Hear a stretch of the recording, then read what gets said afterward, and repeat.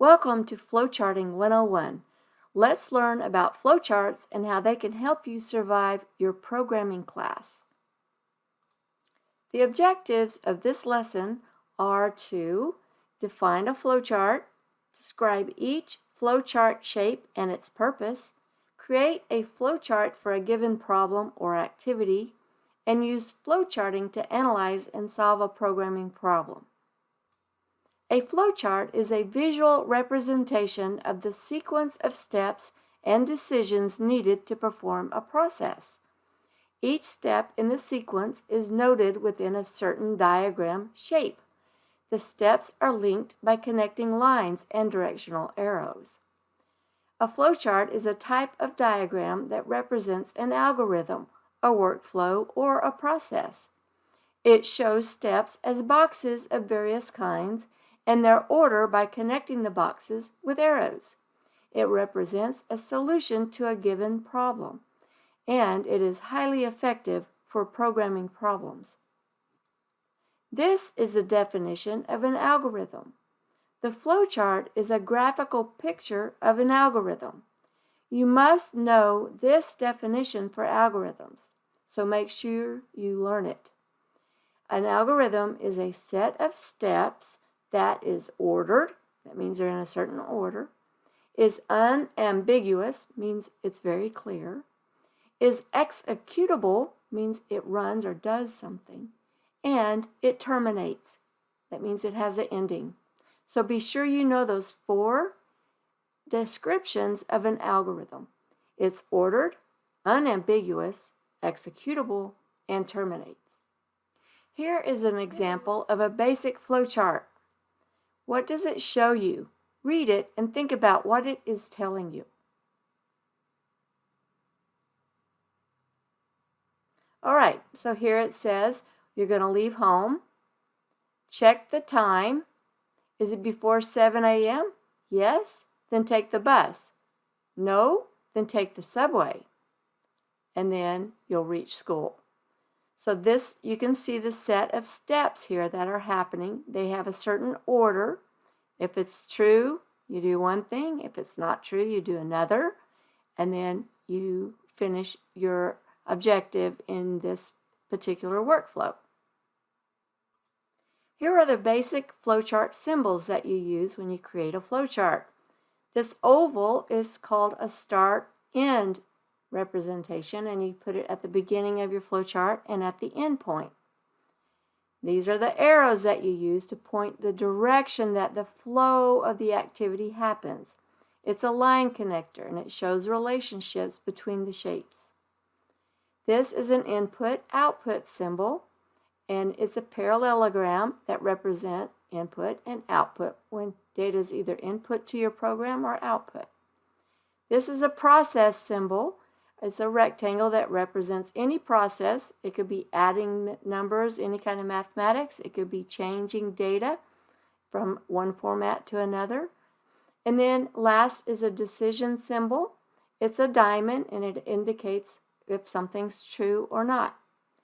There's one symbol not on here, and it's called a connection symbol, and it's a circle with a letter in it. So when you get to a place you need a connection, you'd make a circle with, say, the letter A, and then where it connects in another page or somewhere, you'd have a circle with a letter A, and that connects the two together. Now, you should pause this video, get out a piece of scrap paper, and try to create a flowchart for this algorithm. You can draw the pictures using pen or pencil for now. We'll learn about how to use a tool to draw them pretty soon.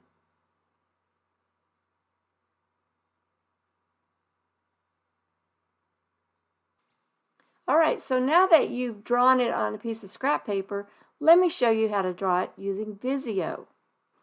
Okay, so I clicked on the icon to open up Visio. Now I want to use basic flowchart because we are not doing any of these other things. You could do the tour if you want to, but I'm going to click basic flowchart, and I want to open that up. If it'll do it. There you go. Now, so you can do metric units or US units. I'm going to stick with US if that's talking about inches, feet, etc. Okay, so I'm going to click it and start the program. Notice on the left side you have all these shapes. You don't have to worry about some of these shapes that I didn't teach you about. You can add those when you get a little more proficient with the software.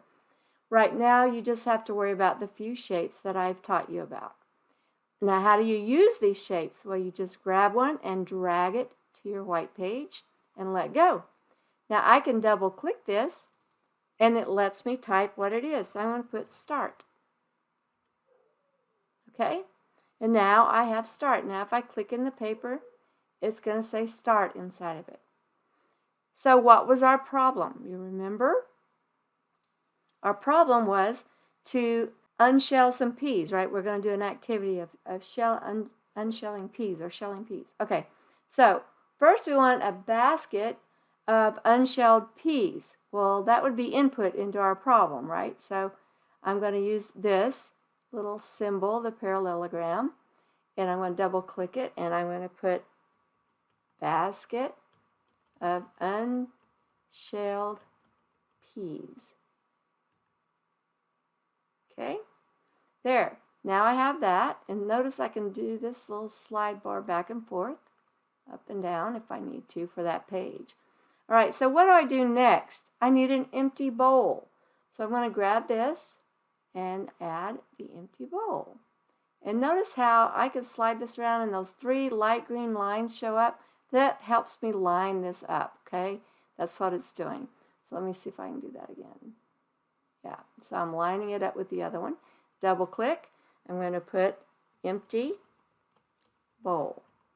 Okay, now I have this symbol. I've got three symbols. I'm going to kind of move them around a little bit. Line them up a little more. There.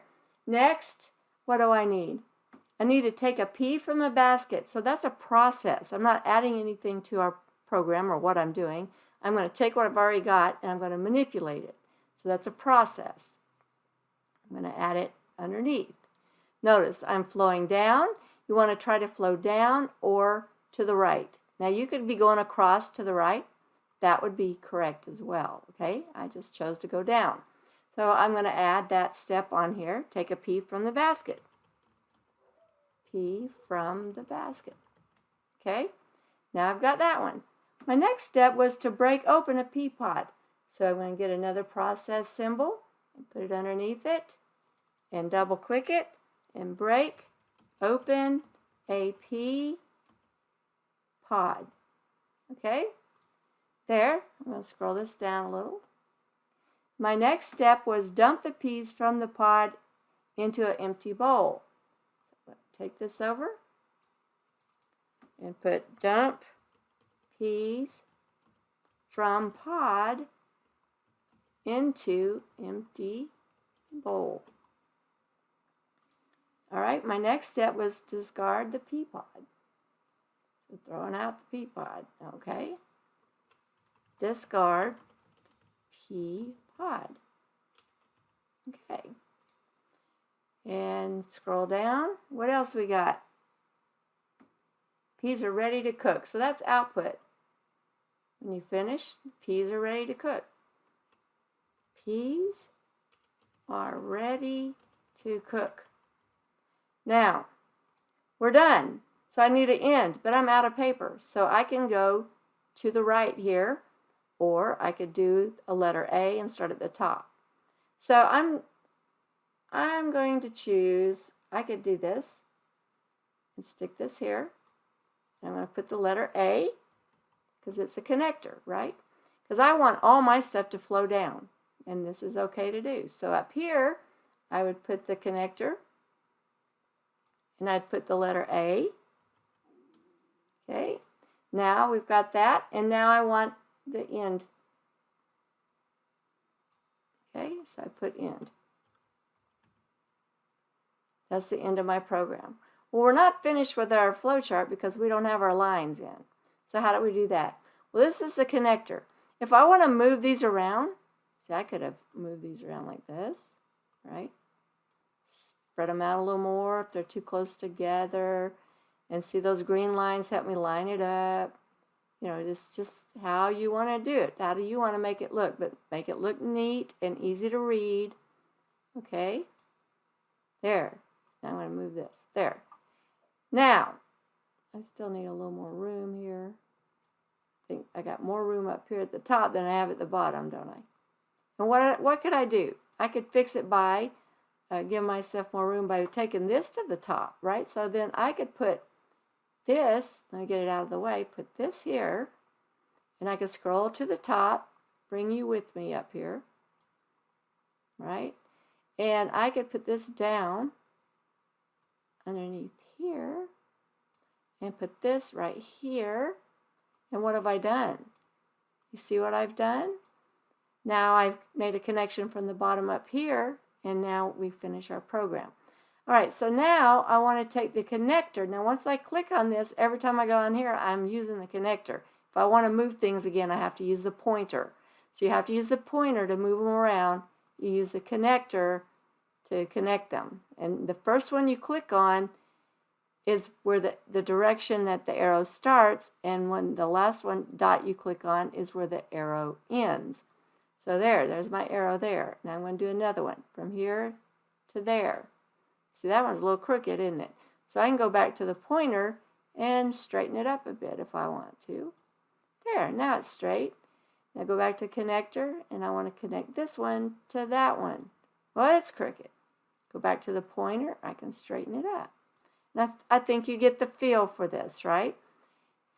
Of course, since I moved that one over, they all need to be moved over, so I'll just go ahead and do that. See if we can do our connectors a little faster now.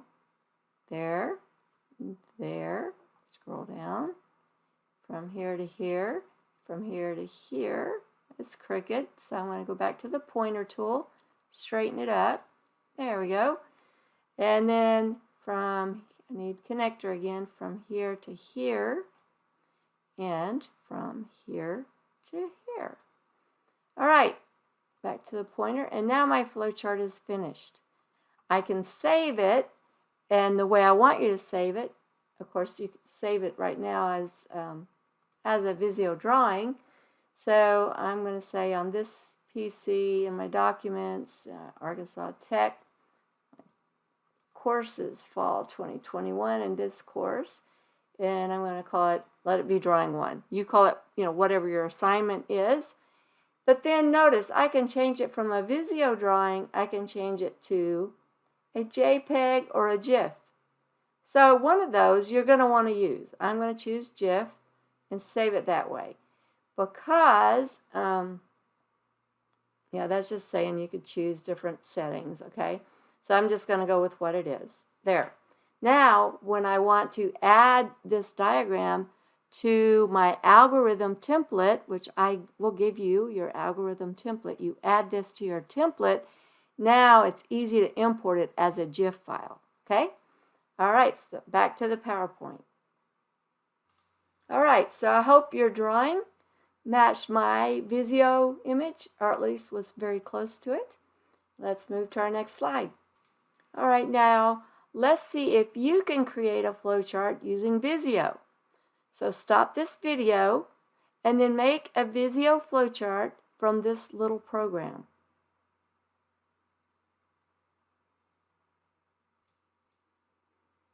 You should have a flowchart similar to this. It might not be exact, but it should be close to this, okay? So double check your flowchart against this one. If you need to, pause this video and check and see how you did. Flowcharts help to make the problem easier to understand. There are two main areas where you can make a mistake. You need to realize the difference between a semantic error and a syntax error. So on here, a semantics means the meaning of your program. In other words, the computation or the logic of your program. So it is done, semantics is worked out when you design your algorithm, when you work on your flowchart and create your algorithm. That's your semantics, your logic. Syntax errors happen between when you convert your algorithm to your program. They're the grammar mistakes that you make. and it won't run on your computer unless all your syntax errors are gone, and it won't get the correct answers if your semantics is not correct. Okay, so if your semantics is wrong, it'll run okay, but you'll get wrong answers. All right? Okay, be sure to complete your homework in Blackboard. It's called Chapter 3 Flowchart plus Algorithm Intro Assignment. Good luck.